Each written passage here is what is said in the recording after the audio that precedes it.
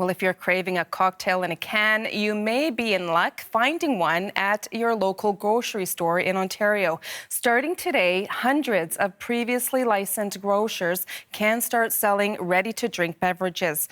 Ontario is in the process of opening up sales of alcohol to thousands of more outlets across the province.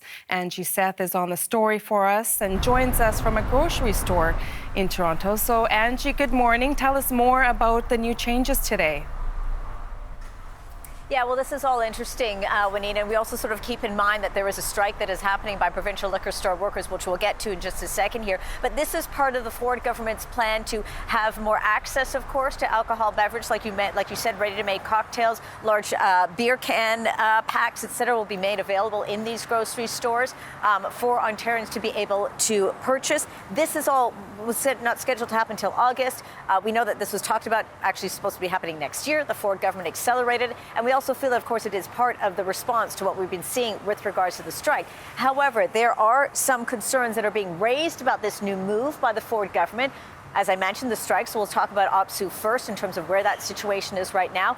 And the union is saying they're quite concerned about this move by the Ford government. They've been asking the Ford government to renege on it or to re-gist the idea of being able to have ready-made cocktails and large beer can packs, etc., available in these grocery stores. The concern is over jobs and over security. About 8 to 9% of sales from these ready-made cocktails come out of the LCBO, and that money, of course, goes towards the employees, and they say it's important in terms of what it means for their healthcare and their education, where that money is going to go towards supporting these people. We know that this strike has been going on for quite some time, since July 5th, and they've been asking for things to pivot so that there's more job security.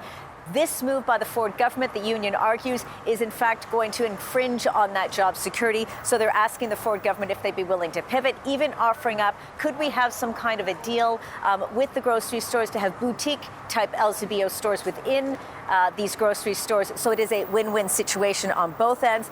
The Ford government has responded basically saying, you know what, we've been trying negotiations here with you. The ship has sailed on that, and the strike needs to end. Meantime, as we say here, as I mentioned here, Juanita, this strike will continue. The LCBO has also come forward to the table, saying that they've been offering a 7% wage increase over 3 years, increase access to benefits, as well as a commitment to transition 400 casual workers to permanent roles. But as we know, talks have continued. They continued well into the evening last night, Juanita, and we still do not have an update.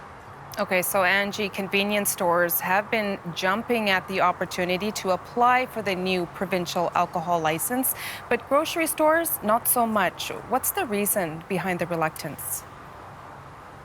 Yeah, it's really interesting. The convenience stores, as you mentioned, they're excited because it's going to bring more foot traffic into them and really put themselves on the map with regards to the alcohol sales market. The convenience stores, however, they're concerned because part of this agreement, part of this plan would also require them to accept recyclable bottles and cans, which the grocery stores say they are not equipped to do so. Take a listen to more on this.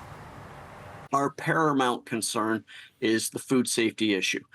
Do they go next to where you're preparing the fresh produce in the back or cutting meat?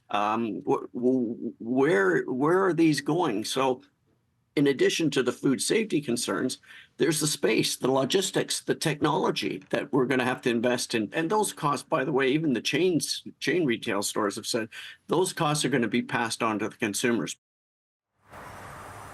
So as you can hear, there are a lot of logistics will need to be worked out. The question as well is how are consumers feeling about this? Will they be happy to be going into the grocery stores, or do they think it's not a good idea? Well, we've seen that the reaction here has been mixed. Take a listen. It's nice and close, and it's handy if you need beer in a hurry.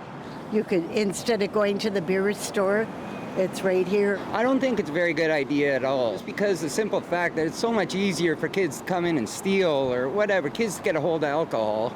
Let's say lax people taking IDs and things like that.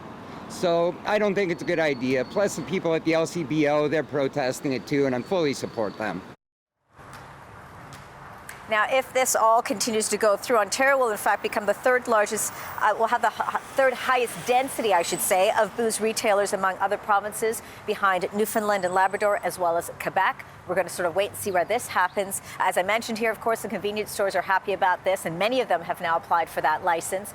Only a small percentage of the grocery stores have, but all of this could still be delayed because we can't forget this strike with the provincial liquor store workers is still ongoing with no deal that's been reached. So getting distribution and access to product could be delayed, which could put essentially a cork into Ford's plan right now, Juanita. We're going to keep a close eye on where talks are right now and bring you the latest on that. Okay, lots to watch out for. Thank you, Angie. That's Angie Seth on the story.